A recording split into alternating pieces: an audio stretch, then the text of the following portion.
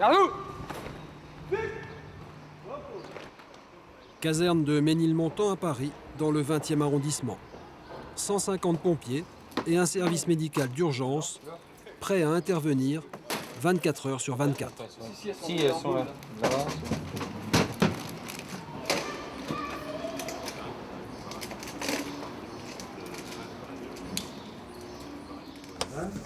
Les urgences pompiers, j'écoute.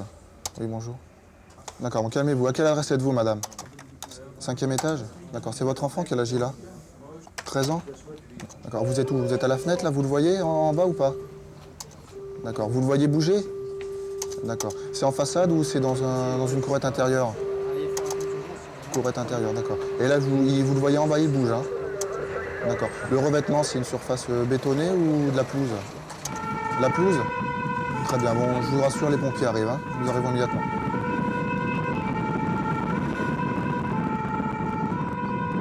Coordination médicale AR Ménil partie, motif reçu. Le commandant Éric Vian est médecin des pompiers de Paris. Il sait qu'il doit faire vite. Un enfant vient de tomber par la fenêtre du 5e étage. Au 5e étage, statistiquement, on est à la limite de la survie. On sait qu'au-delà de 4 étages, on a peu de probabilité de survie. Ça dépend aussi de la réception, s'il a lieu sur un sol dur, en béton, où là vraiment les chances sont vraiment très diminuées, ou si c'est du sol meuble, style gazon, ou s'il y a des arbustes pour amortir la chute. Coordination médicale AR Ménil se présente. Le garçon est âgé de 13 ans et par miracle, il est toujours vivant. Le prénom de votre fils, madame? On va avoir un peu froid là, on va te mettre une couverture. Tu vas respirer fort par la bouche, vas-y. Encore. Tiens. Encore. Hop. Est-ce que t'as mal au dos, au cou? Non. Quand tu respires, t'as mal? Oui ou non? On va serrer le bras. Attention, ne bouge pas, s'il te plaît. Est-ce que tu peux bouger le bras? Oui. D'accord. Est-ce que tu peux bouger là? Oui. T'as pas mal? Non. Tiens. Hop, ça va t'aider à respirer. Hein. Dis-moi, ce qui m'embête un peu, c'est que je trouve que ton ventre est un peu dur. Est-ce que t'as mal? Non, je fais mes abdos. T'as des bons abdos? Qu'est-ce que tu fais comme sport? Trampoline. D'accord. T'es très costaud, hein? Tu fais du trampoline, hein, petit chef. Ça, tu le tiens? Tiens. Le ventre dur, c'est peut-être le signe d'une hémorragie interne. Par contre, il y en a un qui peut me faire un matin. Allez. T'as mal là? Ouais. Ok, j'ai 2 pouces fémoraux. Ouais. Ça va? Essaye de garder les yeux ouverts. Le docteur Vian doit établir tout de suite le bon diagnostic, tout en essayant de rassurer le jeune garçon. Non mais tu vas respirer, t'inquiète pas. C'est bon, ça se passe bien. Ça va aller, hein? T'as des bons chiffres pour l'instant, si ça te rassure, ok? Hein? Ça va. Tu pèses combien? Environ 30, 40 kilos, 50? C'est bon, ça passe. 50 kilos? 40 kilos. C'est du remplissage, je suis à fond. 40 kilos. Ouais, pour l'instant, j'ai mis un ça. On va te donner quelque chose pour la douleur, qui est de la morphine. D'accord? Hein? Je t'explique. Ouvre-moi, je t'explique un peu ce qui se passe. T'as froid, on va te couvrir tout de suite. Tu as mal au bassin quand j'appuie? Non, d'accord. Allez, on le couvre. Ouais. Une poubelle, on commence à tout nettoyer. À quelques mètres de là, la mère reste prostrée. Madame, il ne faut pas rester toute seule, là. La police est prévenue, ils sont au départ. Il y a quelqu'un là qui peut essayer de trouver une famille, un ami, là, on ne peut pas la laisser toute seule devant. Sous le choc, elle ne réalise pas la gravité de la situation. J'ai des chiffres qui sont, je dirais, pour l'instant pas dramatiques. Donc on a espoir de le sauver, d'accord? Le sauver? Mais écoutez madame, il est tombé du 5e étage. Oui, non, mais je sais C'est bien. grave. Je ne peux pas vous dire que c'est pas grave. Donc pour l'instant il est conscient. On va tout faire pour l'amener à l'hôpital le plus proche, d'accord? Hein? Et je peux pas aller avec lui? Non, non, non madame. Non, non. Parce qu'on a beaucoup de choses. Par contre, vous pouvez le rejoindre un équerre. Allez, je veux pas de floriture, je veux que ça aille vite là. Hein. Allez, allons. Les pieds à la tête, êtes-vous prêts? Prêt? Les pieds prêts. Bassin prêt. Épaules prêtes? Attention pour lever. Lever. Voilà. T'as rien senti là. T'as toujours Attends, aussi j'ai pas mal dit la ou pas, là? jambe.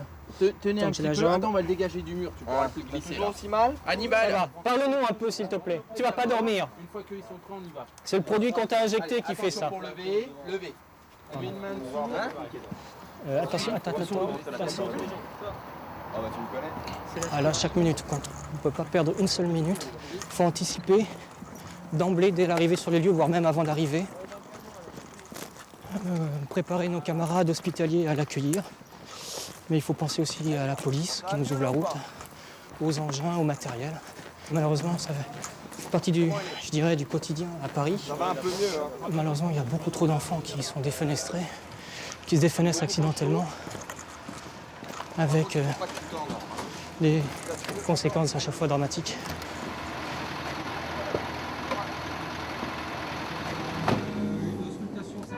Pour garder toutes ses chances de survie, le jeune garçon doit arriver aux urgences moins d'1 heure après sa chute.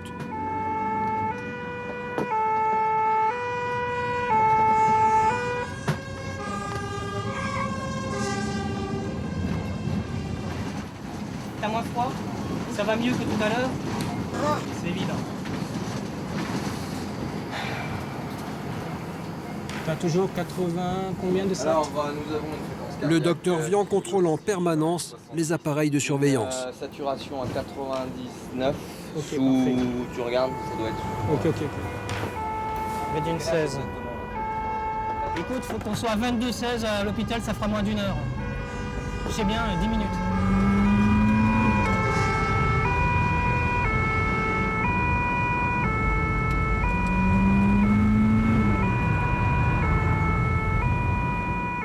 Le jeune garçon supporte bien le transport, pourtant le docteur reste prudent. On peut que stabiliser les lésions sur le terrain avec le matériel que nous avons. Ce qui va le sauver, c'est l'équipe chirurgicale de l'hôpital, de réanimation.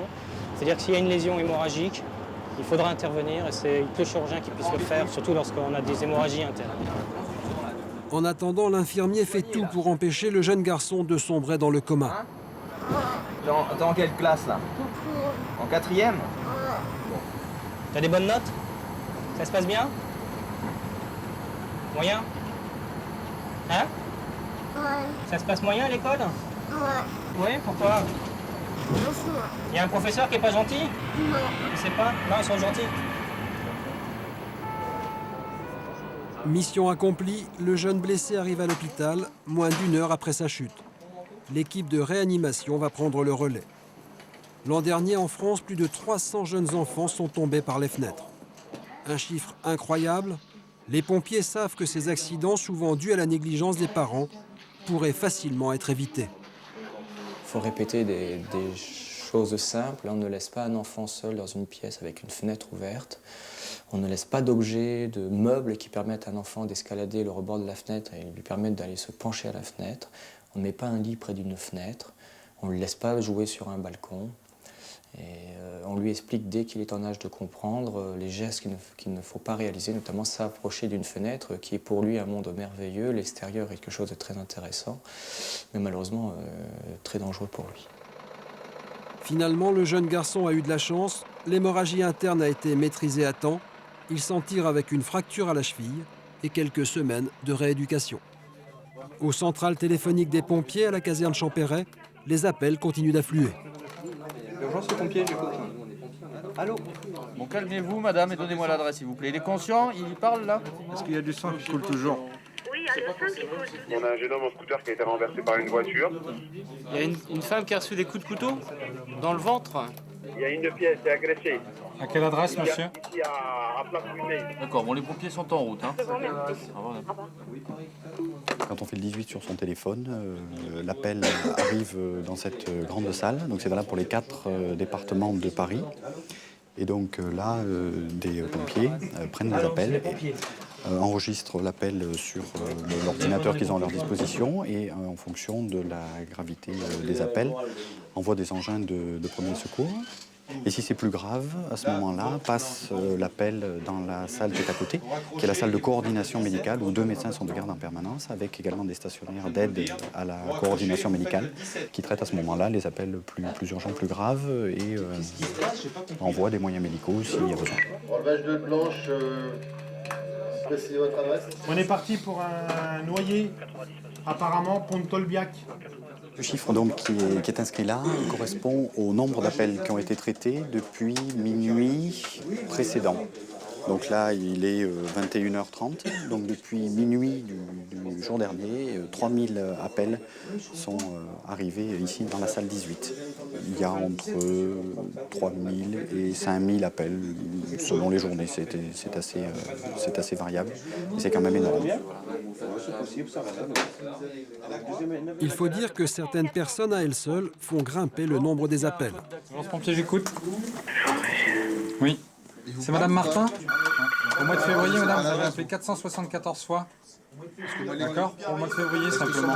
J'ai 4 églises, moi. Ah, donc, on ne peut pas vous aider, madame. Fermé, moi j'ai l'église. D'accord, de toute façon, les procédures sont en route déjà. Donc, il faut arrêter d'appeler, d'accord. Oui, allô, bonjour. Oui, bonjour. Oui, pour un motard, très bien. Il est comment actuellement ce motard? Très bien. C'est à quelle adresse, madame? Donc au 55 avenue du Général Leclerc, très bien. Et les secours sont partis, madame.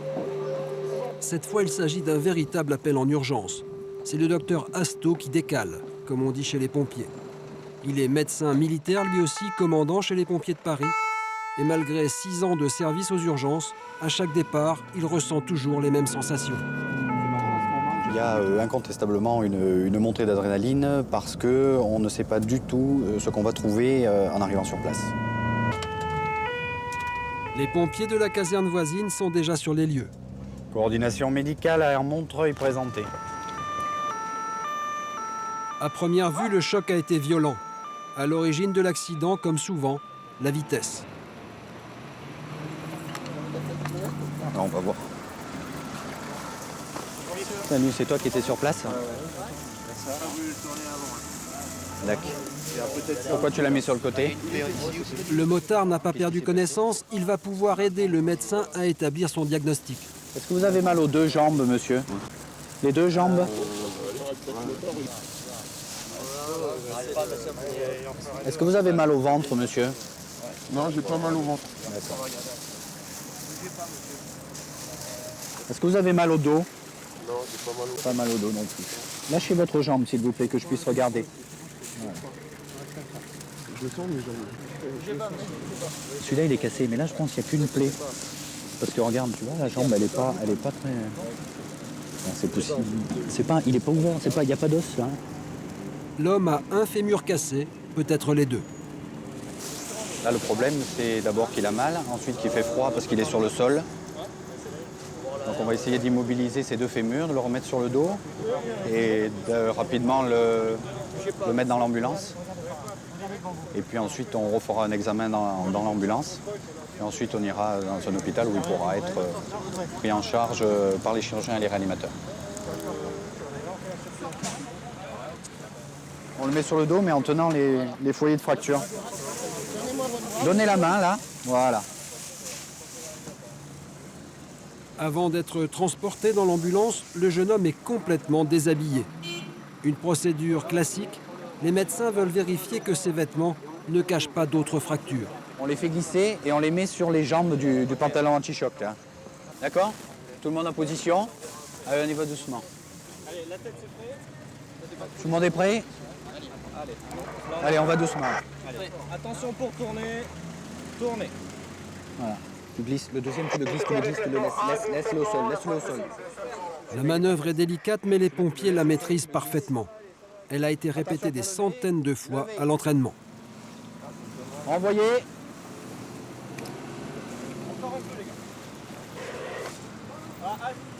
Posez. C'est fini, monsieur. On va mettre au chaud dans l'ambulance. Il parle toujours. Le docteur Asto vérifie que le motard est toujours lucide. Vous savez où vous êtes, là? Vous êtes par terre, d'accord. Donc vous savez à peu près où vous êtes. Dans 1 minute, on est dans l'ambulance et vous allez avoir plus chaud. Hein.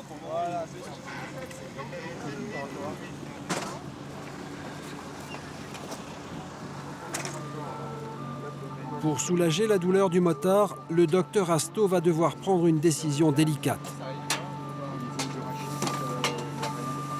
Est-ce que vous avez très mal? Et pour plus que vous ayez mal, je vais vous faire une anesthésie générale. Générale? Pourquoi? Je vais vous endormir. Pourquoi? C'est si grave que ça? C'est pas cassé? Si, c'est cassé. Où ça?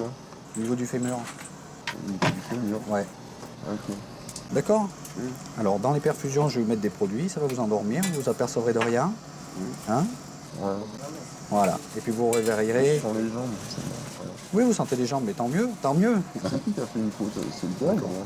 Je sais pas, c'est la police qui va déterminer, hein. Comment? Il n'y a pas ma mère? Non. Pourquoi vous pensez à votre mère, là? Parce que je crois qu'elle n'est pas là. Elle n'est pas là? Il y en a. Vous savez où on est, ici? Elle est dans l'ambulance. Dans l'ambulance, d'accord. Le jeune homme commence à tenir des propos étranges. Il répète toujours les mêmes choses depuis tout à l'heure. Ouais, tout à fait. Je me demande si... Comment? On répète? Ouais, ouais. C'est pas un petit traumatisme crânien, quand même. Tu as la carte d'identité?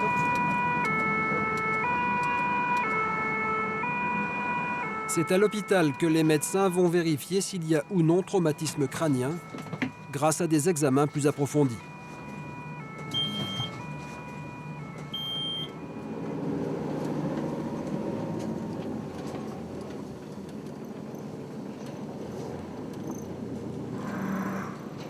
Après un scanner, le motard sera dirigé vers le bloc opératoire. J'avais mis 8. Les chirurgiens vont réduire ses fractures, mais le jeune homme devra patienter plusieurs mois avant de retrouver l'usage de ses jambes. Au revoir. Après 2 heures d'intervention, le docteur Asto et son équipe rentrent à la caserne. Une fois qu'on a déposé notre malade à l'hôpital, il y a tout ce stress dont je parlais avant retombe. L'intervention est terminée, donc ça fait du bien. C'est bientôt l'heure du repas, les équipes de permanence se retrouvent au foyer.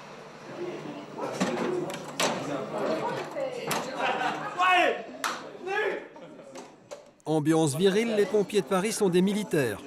Dans cet univers d'hommes, une femme, Sophie Lagrange.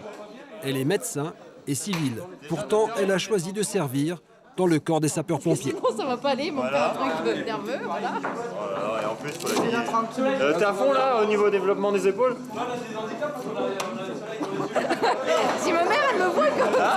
Ça monte là, regarde, ça monte.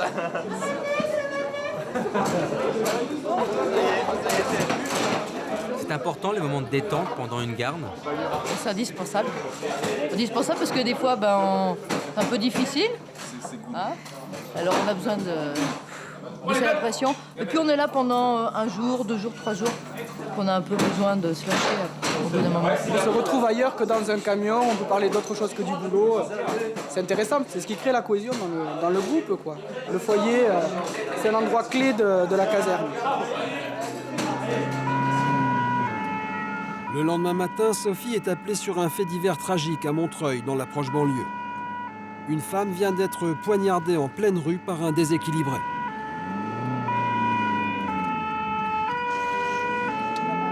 Ça peut être gravissime parce qu'il suffit qu'il y ait un organe vital qui soit touché, comme le cœur ou la rate, et à ce moment-là, ça peut se mettre à saigner et on perd la personne.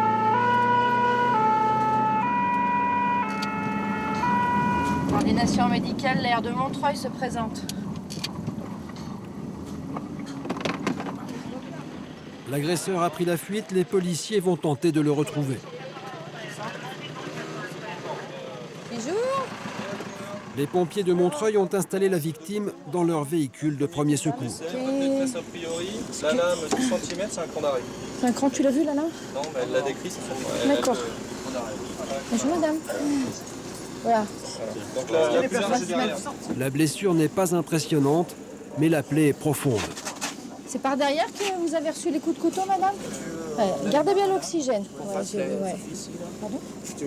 La victime a reçu un autre coup de couteau sous l'aisselle. Essayez de respirer par la bouche. D'accord. Sophie vérifie d'abord l'état des poumons. Le poumon, il est décroché de ce côté-là, à gauche. Hein? Pardon? Ah, on va mettre la perfusion, on va faire les médicaments pour la douleur, puis je vous explique tout après. Non, je crois pas. Vous avez des enfants?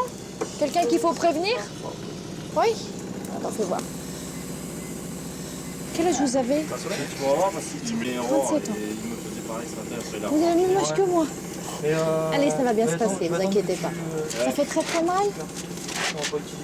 On va faire une perfusion, on met des médicaments pour la douleur. Et puis après, on vous met dans l'ambulance, parce que là, c'est un engin de feu et c'est pas très confortable. Un petit peu de formine, éventuellement. Mais déjà, du perfalgan, s'il te plaît. Puis la morphine, on verra après. Vous n'êtes pas allergique à certaines choses? Vous n'avez pas des médicaments, des antibiotiques? Vous êtes à jour de vaccin? Ça va, madame? Ouais? D'accord. On vous met dans l'ambulance. Allez, ça va bien se passer, vous inquiétez pas. Après un premier examen, le docteur Lagrange n'est pas très optimiste. Elle a pris 2 coups de couteau. Il y en a un au niveau du creux de l'aisselle qui a occasionné un décrochage complet du poumon gauche. Donc en fait, elle ne respire plus sur son poumon droit.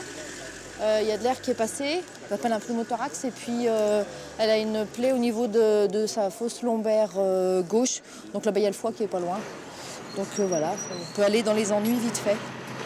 Donc on espère qu'il va arriver parce que l'équipage du PSI nous l'a demandé. Et on devrait gagner pas mal de temps. Et on y va. C'est l'heure de pointe et le sens civique des automobilistes laisse à désirer. Ah bah regarde-moi ça, tu crois qu'il se pousserait sur la route? Ça vous arrive souvent de vous énerver comme ça sur la route? Moi, en permanence. C'est quoi qui vous agace? Je m'énerve contre les gens qui s'arrêtent, qui pilent, ils sont paniqués, on dirait qu'ils sont complètement sidérés. Je m'énerve après ceux qui nous entendent pas, après les gens qui sont au téléphone en voiture, donc ils n'entendent pas le 2 tons. Donc s'ils n'entendent pas, eh ben, ils ne nous voient pas.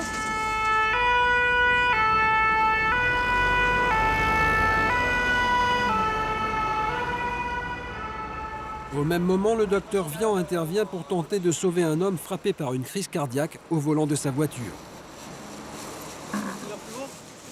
Donc c'est parfait 101 par minute. Ce sont des passants qui ont donné l'alerte. Mais personne n'a été capable de lui porter secours avant l'arrivée des pompiers. Les gens ont constaté une personne inconsciente à bord de son véhicule, mais aucun n'a eu le réflexe de commencer un bouche à bouche ou de pratiquer un massage cardiaque. A priori, ils n'ont aucune formation de secouriste et malheureusement, cela diminue les chances de survie pour la victime. Massage cardiaque, injection d'adrénaline. Les pompiers ont tout tenté, mais malgré leurs efforts, le cœur ne repart pas. Fin de la réanimation à 10h35. On arrête. Pour le docteur Vian, la mort d'un homme est toujours un échec. Si un passant avait su prodiguer les premiers soins, l'homme serait peut-être encore en vie. Mais en France, seulement 3% de la population maîtrise ces gestes, pourtant très simples.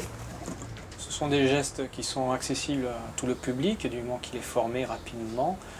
Il suffit de quelques heures d'instruction pour les maîtriser et il faut les entretenir. On s'assure de l'arrêt cardio-respiratoire par l'absence de ventilation. Donc on se penche devant la victime, on s'assure qu'il n'y ait pas de bruit de ventilation et que le thorax ne se soulève pas. Qu'au bout de quelques secondes, on s'aperçoit qu'il n'y a vraiment pas de ventilation, on fait un bouche à bouche, on commence le bouche à bouche et le massage cardiaque va succéder au bouche à bouche. Alors le massage cardiaque s'effectue en posant la main sur le thorax à un niveau bien précis, en croisant les mains, selon un rythme de 15 massages cardiaques pour 2 ventilations par bouche à bouche. Et ceci doit être maintenu jusqu'à l'arrivée des équipes médicales. Malheureusement, l'arrêt cardio-respiratoire peut survenir chez des sujets jeunes comme chez des sujets âgés. Savoir maîtriser les gestes de secourisme, c'est à la fois pouvoir porter secours à des inconnus, mais aussi à des gens de sa famille, à des proches, à des amis, d'où l'intérêt de se sentir mobilisé pour l'apprentissage du secourisme. Crise cardiaque, défenestration, accident de la route. 24 heures sur 24, les pompiers se battent contre la mort. Il arrive aussi qu'ils donnent la vie. Le docteur Asto a été appelé pour un accouchement. Une bonne respiration, oui. Il crie bien rose. D'accord. Le bébé n'a pas attendu le docteur pour venir au monde. Les hommes de la protection civile sont déjà là, ce sont eux qui ont aidé à l'accouchement. Allez, vous préparez tout pour le bébé. On va couper le cordon. Le papa est là? Non, le papa est pas là. Le papa est pas là? D'accord. Le papa n'est pas là, c'est donc le docteur qui va couper le cordon ombilical et qui va placer le bébé bien au chaud dans une couverture isothermique.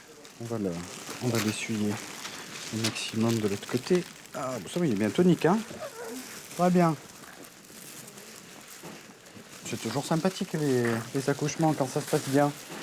Alors, allez, ce petit... Un rouleau de scotch, on va l'emballer comme une poupée russe. Le bébé est en bonne santé, la maman aussi. Le docteur les emmène à la maternité. On va à Bichat. Voilà. Allez, on va se mettre au chaud dans l'ambulance. Et après, on va à la maternité. Voilà, vite fait, pour que la maman soit délivrée. Hop, j'adore mon métier. Je n'échangerai pas ma place ni de médecin urgentiste. Pour l'instant, en tout cas, et j'espère encore pour quelques années. À partir du moment où on a attrapé pour faire une analogie un peu médicale, où on a attrapé le virus de la médecine d'urgence, on peut difficilement s'en débarrasser. Et puis, il n'y a pas de traitement pour ça.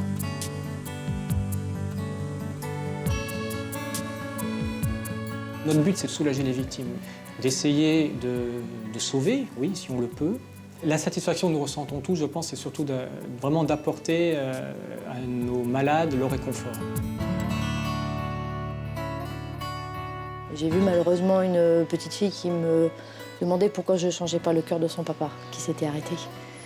Et ça c'est des choses qu'on peut pas oublier. S'il m'est arrivé de faire ce métier-là, c'est pour pas que ça arrive à une autre famille. L'an dernier, les urgences médicales des pompiers de Paris ont porté secours à près de 3000 personnes. Ils ont sauvé plusieurs centaines de vies.